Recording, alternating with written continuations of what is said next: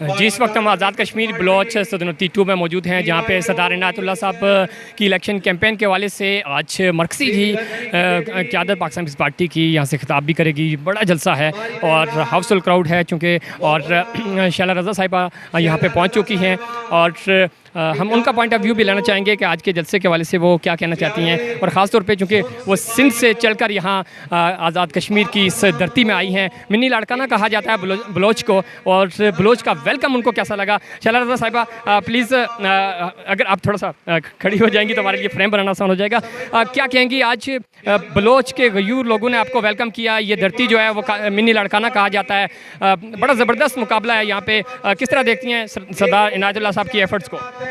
میں سب سے پہلے تو میں یہ کہنا چاہتی ہوں کہ مجھے یہ اعزاز حاصل ہے کہ پچھلے الیکشن میں بھی میں یہاں آئی تھی اور شدید بارش تھی، اسٹیج بھی گر گیا تھا اور بہت اچھا تھا سب، اور اس دفعہ بھی مجھے بلایا گیا ہے.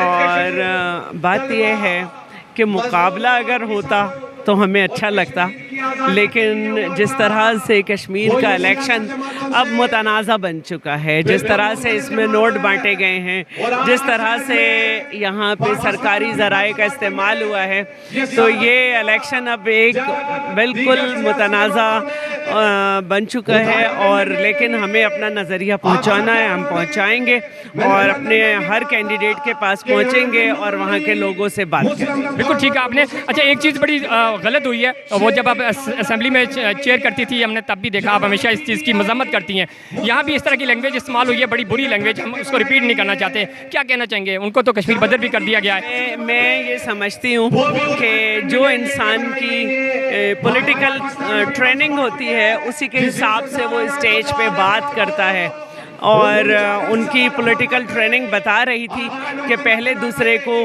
نازیبا الفاظ کہنے، پہلے ذاتی حملے کرنے، کہنے کو کچھ ہے نہیں پی ٹی آئی کے پاس. دوبارہ پیٹرولیم کی قیمتیں بڑھ گئی ہیں، دوبارہ آٹے چاول گھی کی قیمتیں بڑھ گئی ہیں، تو کہنا کیا چاہتے ہیں وہ یہاں؟ اچھا مریم نواز چونکہ یہاں پہ آئی تھی، انہوں نے یہاں 2 دن پہلے جلسہ کیا تھا، پلندری میں بھی انہوں نے جلسہ کیا. وہ یہ کہہ رہی ہیں کہ ترقی کے کام کر دیں گے اور کشمیر کا سودا ہو چکا وہ نہیں ہونے دیں گے. حالانکہ 5 اگست 2019 نون لیگ کی حکومت ہے یہاں پہ، اس وقت بھی نون لیگ ہی کی حکومت ہے، انہی کا وزیر اعظم ہے، انہی کی نگرانی یہ الیکشنز ہو رہے ہیں. ترقیاتی کام اگر ہونے تھے تو انہوں نے کروانے تھے، اس پہ کیا کہیں گی؟ میں یہ کہوں گی کہ نون لیگ کی جب گورنمنٹ تھی تو پیپلز پارٹی کو جب آزاد کشمیر کے فنڈ تھے وہ روک دیے گئے تھے، اور جو آن گوئنگ پروجیکٹس تھے وہ اسی طرح رہ گئے تھے. ورنہ 4 یونیورسٹیز دی ہیں پیپلز پارٹی نے آزاد کشمیر میں، اور سڑکیں بنائی ہیں اور اسکولز دیے، لیکن جو ان کو آگے بڑھانا تھا وہ نہیں بڑھا سکے. اور اپنے دور میں بھی اور اس کے بعد جب یہاں پہ رہے تو جو ان کے ساتھ، جو انہوں نے ہمارے ساتھ کیا تھا وہی پی ٹی آئی نے بھی کیا. ان کے پروجیکٹس کو اس طرح سے فنڈنگ نہیں کی، لیکن نون لیگ نے کوئی خدمت انجام نہیں دی اور وہ اپنے ابائی کا کیس لڑتے رہے. 25 جولائی کو آپ کو لگتا ہے پاکستان پیپلز پارٹی آزاد کشمیر کے الیکشن میں سرپرائز دے گی؟ دیکھیے، اگر آزادانہ انتخابات ہوتے ہیں، منصفانہ ہوتے ہیں، تو پورے ملک سے پیپلز پارٹی جیتنی چاہیے. لیکن کیونکہ پیپلز پارٹی کو نہیں جتانا تو اس کے قائدین کو شہید کیا جاتا ہے، اس کے لوگوں کو جیلوں میں بھیجا جاتا ہے، اس کے لوگوں پہ ایف آئی آر کٹتی ہیں.